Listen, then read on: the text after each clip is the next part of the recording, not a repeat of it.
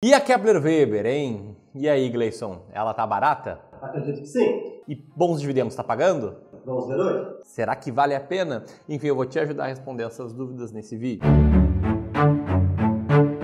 Buenas, eu decidi gravar aqui um vídeo sobre a Kepler pela primeira vez na história desse canal por dois principais motivos, sendo que o primeiro é que eu percebo que essa ação ela tá cada vez mais em hype, tá atraindo cada vez mais a atenção de vocês, clubistas, né? Vocês que acompanham aqui o canal, se você não é clubista, só apertar o botão de inscrição para se tornar. E o segundo motivo é que percebendo que vocês estão falando mais sobre a Kepler, estão deixando comentários ali sobre a Kepler, alguns estão mais até otimistas com a Kepler, eu acabei notando que às vezes existem alguns conceitos que foram mal compreendidos. Como assim, Ramiro? Eu falo aqui, por exemplo, desse comentário, até eu pedi pro Gleison tirar o nome, a imagem, porque não é para criticar quem fez o comentário, sim, expor o meu ponto, de gente que acha que pelo desdobramento das ações, que no caso da Kepler Weber, a quantidade de ações foi multiplicado por 2 e a cotação caiu pela metade, ou seja, a empresa continua valendo a mesma coisa, ela passou a ficar barata, o que é uma compreensão incorreta. E ainda, né, outros exemplos, não de conceitos errados, mas sim de erros que os investidores cometem, na minha opinião, é olhar apenas para o lado qualitativo na hora de escolher ou não investir numa ação. Então tem esse outro comentário. Alguém comentou que a Kepler tá barata porque esse é ano de safra recorde. E aí, por conta dessas coisas, eu peguei a Kepler para usar como plano de fundo para explicar algo muito, mas muito importante, que é sobre como escolher quais ações comprar com base numa estratégia clara. Então aqui,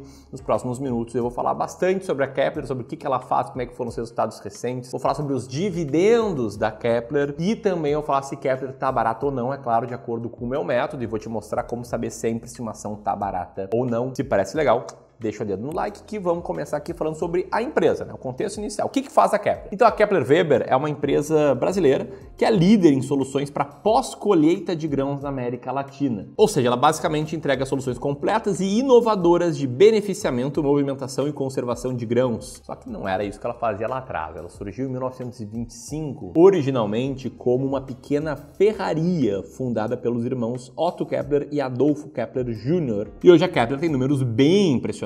Né? Tem mais de 2.300 colaboradores, tem 40% do mercado em que atua no Brasil, está em 53 diferentes países, tem 7 centros de distribuição e capacidade para fornecer equipamentos para armazenar 5 milhões de toneladas de grão por ano. Ou seja, ela atua fortemente, né, no setor de pós-colheita, atendendo o agro com soluções completas compostas por silos, secadores, máquinas de limpeza, transportadores e um amplo portfólio de serviços. Também atua com negócios internacionais, estando aí em 5 diferentes continentes, vendendo para 53 diferentes países, sendo que a maior parte das exportações são destinadas a países vizinhos, né, países latino-americanos. Na bolsa ela tem apenas ações sobre o código KEPL3, ou seja, apenas ações ordinárias que dão direito a voto para quem tem essas ações. E atualmente essa empresa conta com 33.747 acionistas pessoas físicas, 341 acionistas pessoas jurídicas e 109 investidores institucionais. Sendo que parte relevante das ações da Kepler estão em free float, estão aí na bolsa, de forma pulverizada. Além disso, a Trígono Capital tem 21% das ações da empresa e a Tarpon, uma gestora muito tradicional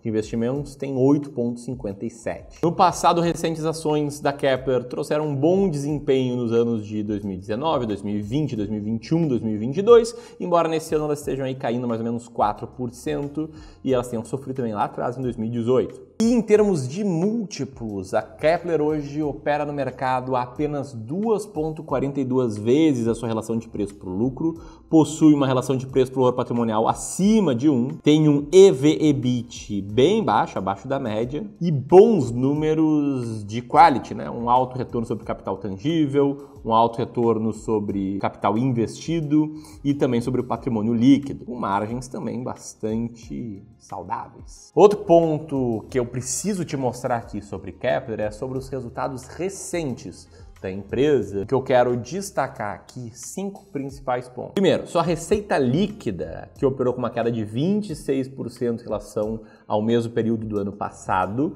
e que com a queda da receita a empresa viu uma queda ainda maior do seu EBITDA, ainda mantendo boas margens, mas muito abaixo do primeiro tri do ano anterior. E o mesmo, né, aconteceu com o lucro líquido, que ficou 45% abaixo. As principais linhas de negócio da empresa, as que cresceram, né, a operação com portos e terminais e reposição e serviços, são justamente as menores áreas da empresa, né? As principais são de agroindústrias e fazendas, elas caíram aí respectivamente 53% e 12% ano contra ano. A quebra do seu EBITDA e o que fez com que ele caísse de um ano para o outro está nesse slide agora na tela. Outro ponto que vale destaque é sobre como a empresa está investindo bastante nos últimos trimestres, né? Gastando mais, tendo um capex mais alto, em que basicamente a empresa ali está construindo ativos que ela vai passar a explorar com o passar do tempo e aumenta aqui o potencial de crescimento da receita dela com base nesses investimentos. A capex da empresa subiu 292% trimestre contra trimestre e esses investimentos basicamente estão voltados para modernizar e expandir a capacidade produtiva da empresa. Aumentando a capacidade fabril, a empresa aumenta o potencial de receita. Por fim, os dividendos.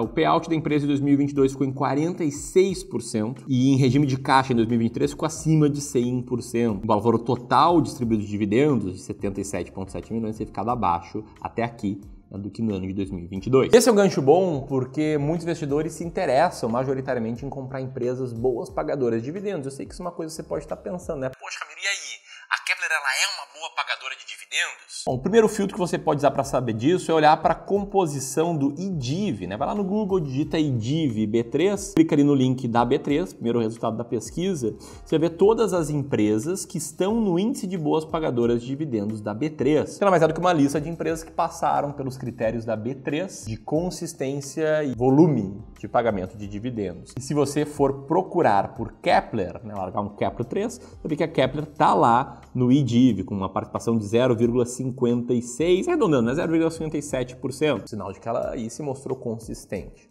Outra coisa meio óbvia que todo mundo olha é o dividend yield atual. Embora isso aqui não indique exatamente, né, qual vai ser o dividend yield futuro, dá uma boa noção de quanto, né, o cara que tinha ações da Kepler lá 12 meses atrás recebeu de dividendo. No caso de Kepler, o dividend yield dos últimos 12 meses está em 10,90%, acima aí da média do mercado. E se você for olhar para os últimos 10 anos, a Kepler não é a empresa mais consistente do mundo em pagamento de dividendos, mas está lá com um yield bem bom, sendo que esse yield foi maior, né, quando a empresa fez uma redução de capital ali entre 2021 e 2022, mas no passado ela ficou um tempo sem pagar dividendos e teve períodos também ali em 16 com um yield muito baixo antes, né, dos bons yields que ela apresentou entre 2015 e 2016. Ou seja, dá para dizer que ela é uma boa pagadora de dividendos, embora não seja a empresa mais consistente do mundo. Só que isso não necessariamente é sinal de que ela vale a pena.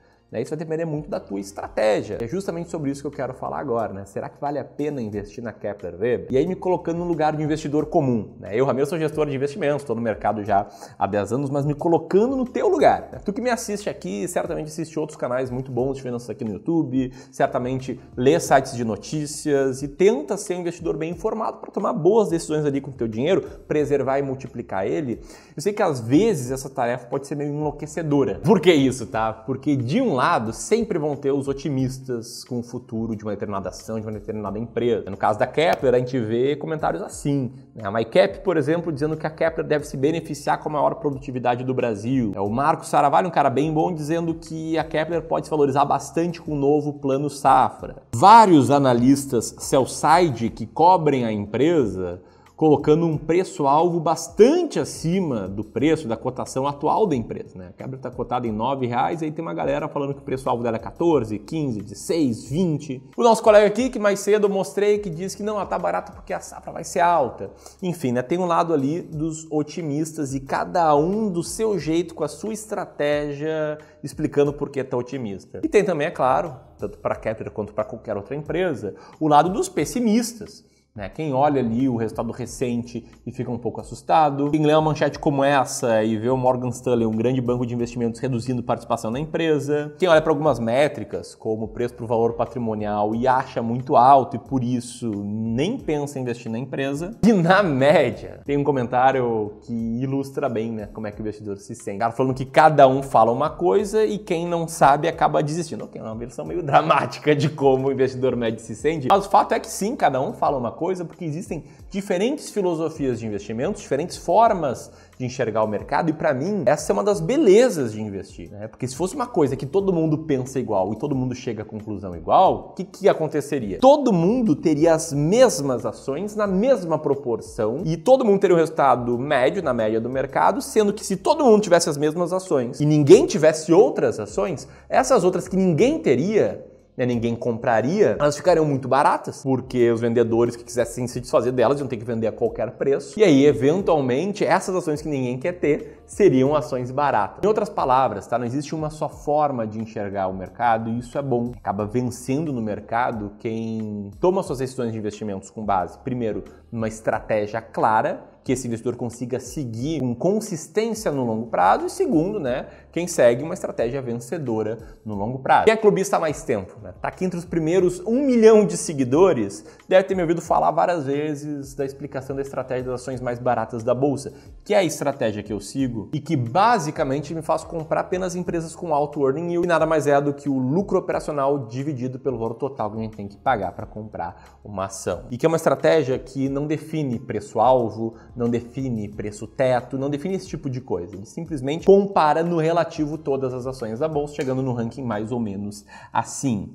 E a lógica dessa estratégia é que ao comprar uma cesta de ações com características parecidas, você vai aumentar seu potencial de retorno no longo prazo. Eu, por exemplo, tempos atrás, testei uma cesta de ações mais baratas da bolsa contra uma cesta de ações mais caras e as ações mais baratas venceram. Ou seja, por mais que às vezes alguma ação barata ela tenha uma performance, na média um grupo de ações baratas vai ter uma performance melhor. E por mais que uma ação cara às vezes vai bem, na média se você estiver comprando ações caras, olhando para o earning yield, você vai ter um resultado pior. Eu não vou explicar essa estratégia tintim por tintim, por quê? Porque eu liberei recentemente um material, um texto, um e-book que eu estou distribuindo de forma totalmente gratuita, que você pode agora baixar e ler rapidamente, acho que, a leitura aí dá uns 10, 15 minutos. E entender o racional da minha estratégia, e não apenas isso, como também conhecer 10 ações baratas nesse mês atual, né? A gente atualiza esse book todos os meses para te mostrar toda a teoria e também um pouco da prática, fazer um pouco dessa conexão. Se você quiser ter acesso a esse book,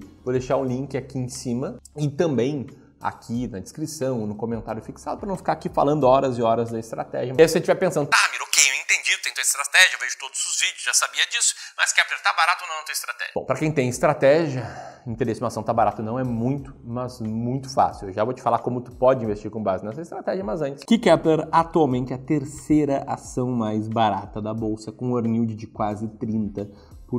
Então, no meu método, sim, ela tá barata. E a grande pergunta é, Ramiro, como é que eu faço para investir com o teu método? Bom, existem basicamente duas formas de você investir com base no meu método. A primeira é via educação, e é por isso que eu tô aqui praticamente todos os dias, menos nas sextas, para trazer vídeos novos sobre investimentos, vídeos como esse, e reforçando os princípios por trás de como eu tomo as minhas decisões, para que você aprenda e veja se consegue ou não fazer isso sozinho, né? Talvez até o e-book que eu tô distribuindo já há alguns meses te ajude, talvez uma maratona aqui de vídeos do Clube do Ouro te ajude, mas enfim, a forma de educação. A segunda forma é comigo prestando serviço de consultoria ou gestão. E com esse serviço é comigo te ajudando a investir não só nas ações mais baratas da bolsa, como fazer todos os teus investimentos. Se você quiser um atalho, né, um caminho que vai te tomar menos tempo, que vai te demandar menos esforço e que provavelmente vai aumentar sua segurança nas decisões tomadas, os nossos serviços de Wealth aqui no Clube do Valor vão ser perfeitos para ti. O ponto é que esses serviços, eles são disponíveis para quem tem mais de 500 mil reais para investir. Então, se você tem 500 mil, ou 1 milhão, ou 2 milhões, ou 10, ou 20 milhões para investir no longo prazo, com certeza a gente pode te ajudar demais com os serviços de Wealth. E o bacana deles é que a gente começa com o primeiro passo gratuito, em que a gente basicamente faz uma análise da tua carteira, a gente entende no detalhe como é que tu tá investindo, qual tá sendo a taxa que você tá pagando, talvez até mesmo sem saber. Aí a gente entende pontos positivos e pontos de melhoria na tua carteira, e depois de conhecer o teu perfil, conversando contigo, a gente faz uma proposta de alteração na carteira, e se você quiser que a gente implemente essa alteração e te ajude com teus aportes, te ajude no teu rebalanceamento, ou seja, esteja do teu lado a partir de então, a gente oferece o nosso serviço. Você pode fazer apertando nesse botão aqui. E se você quiser ir pelo caminho da educação, aqui tem um vídeo que eu comento sobre a minha estratégia das ações mais baratas da bolsa. Grande abraço e até mais.